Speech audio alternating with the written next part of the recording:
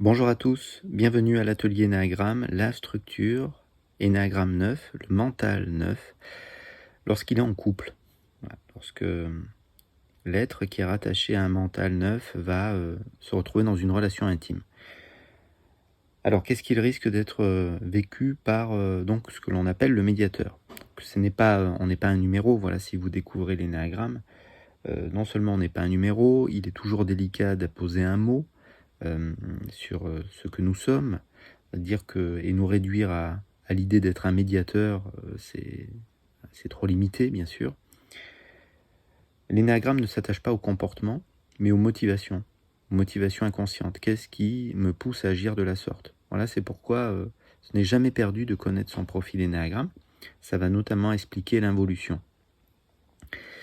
On est déjà en train de parler finalement de la problématique. C'est que lorsque l'on va mal, quelle que soit notre structure énéagramme, nous avons tendance à déformer la relation, enfin la manière dont nous percevons la relation. Le 9 involue en 6, il va douter beaucoup de lui. Il va douter beaucoup de sa capacité à suffire peut-être à cette personne qui partage ma vie. Ce qui va être vécu, c'est aussi cette sensation d'être non écouté. Voilà, le 9 tient ça de l'enfance. Il a l'impression en réalité de ne pas avoir été pris en compte. Qu'est-ce que tu veux vraiment, toi? Et qu'est-ce que tu ressens? Et ça, si vous voulez, l'enfant a eu l'impression que ses parents ne lui offraient pas ça. Ne lui offraient pas cette présence, sans pour autant vouloir accabler ses parents. C'est pas du tout ce que fait souvent le 9. Et souvent, il ne veut pas reconnaître qu'il y a eu, non pas un manque d'intérêt, parce qu'on pourrait dire que tous les enfants, s'il y avait plusieurs enfants, tout le monde avançait ensemble. J'aime bien employer l'image de la caravane. C'est plutôt que de manière individuelle, eh bien, l'enfant n'a pas été pris en compte. Et qu'est-ce qui se passe lorsqu'on est en couple? Eh bien, on disait parfois que un couple, lorsque l'on est en couple, il y a finalement trois entités, pour le dire ainsi. Première personne, deuxième personne, et puis il y a le couple. Et naturellement, si on va mal, si soi-même on ne se sent pas bien, eh bien, comme l'autre, potentiellement, lui non plus ne va pas au mieux, le couple ne fait pas d'étincelle. Et donc, le 9 risque d'avoir l'impression assez vite que son couple ne fait pas d'étincelle. C'est-à-dire qu'il y a beaucoup de routine, il est pris en sandwich. D'un côté, il adore les routines, parce que le 9 tient à cette paix d'esprit, et puis le couple est aussi l'occasion de vivre des joies particulières, et donc naturellement, elles ne sont pas toujours au rendez-vous. Donc l'autre, j'ai l'impression que l'autre ne me prend pas en compte, l'autre en réalité ne m'écoute pas, je ne suis pas au centre de sa vie, c'est possible, et donc qu'est-ce qu'il risque d'être produit? Eh bien le sous-type, bien évidemment, risque de rentrer en jeu dans la relation. Donc si le 9 est en sous-type tête-à-tête, de bon cœur, il va être dans une forme de fusion.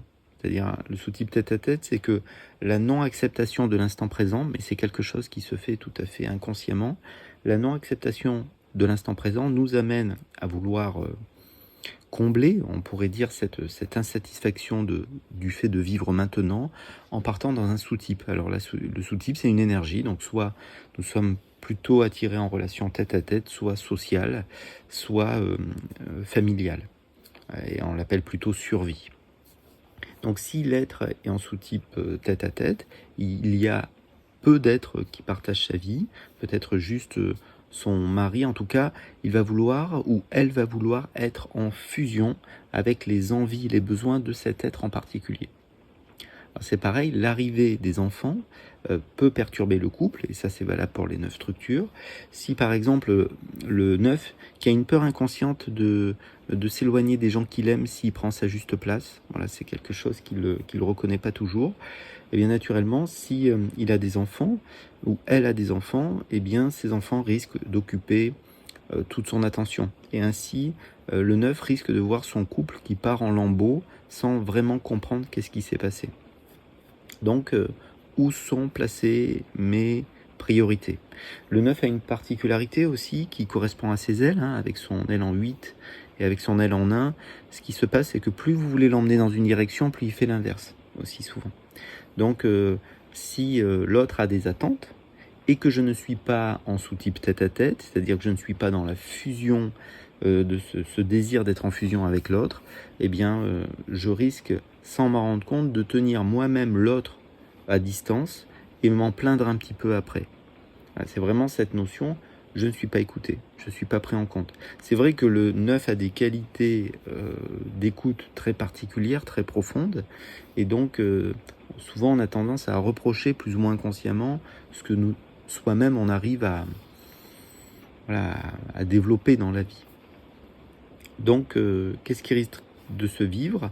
Alors, eh bien, je risque de me taire. Voilà. Et je risque de voir aussi cette personne qui partage ma vie briller, parler. Et puis quand les gens quittent, c'est un exemple que je donne souvent, si on a invité des amis, alors je dis gens, on se moque de moi, et puis je ne suis pas de structure 9, si les amis qu'on a invités quittent la maison, eh bien je me sens tout seul, toute seule, et puis je me dis, mais finalement, j'aurais pas été là, j'aurais pas été à ce repas, la personne s'en serait rendu compte.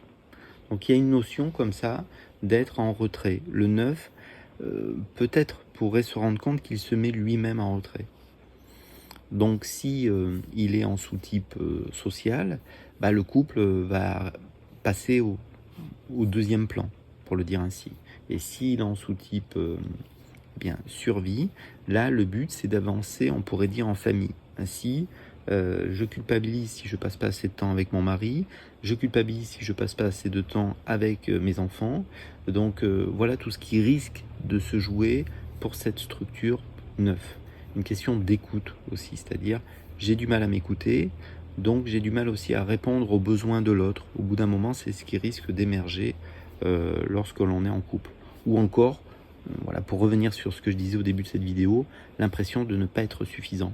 L'impression, littéralement, qu'il me manque quelque chose pour que mon couple soit heureux. Alors, cette sensation de manque vient du fait que, encore une fois, le 9, sans forcément s'en rendre compte, a manqué de présence.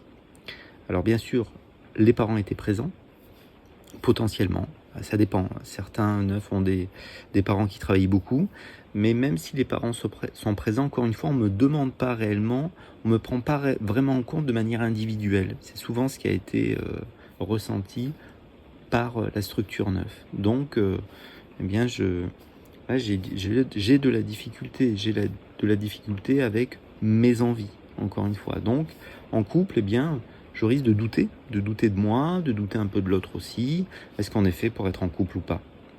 Et comme je n'aime pas le conflit, c'est un mot-clé bien sûr quand on est 9, je risque malheureusement de laisser le couple, comme d'autres choses, on pourrait dire s'aggraver. La situation risque de s'aggraver, puis à un moment donné, une anxiété risque d'arriver, et de me dire non mais ça suffit là, ça va plus, il faut qu'on fasse quelque chose. Voilà ce qui me vient naturellement pour la structure 9.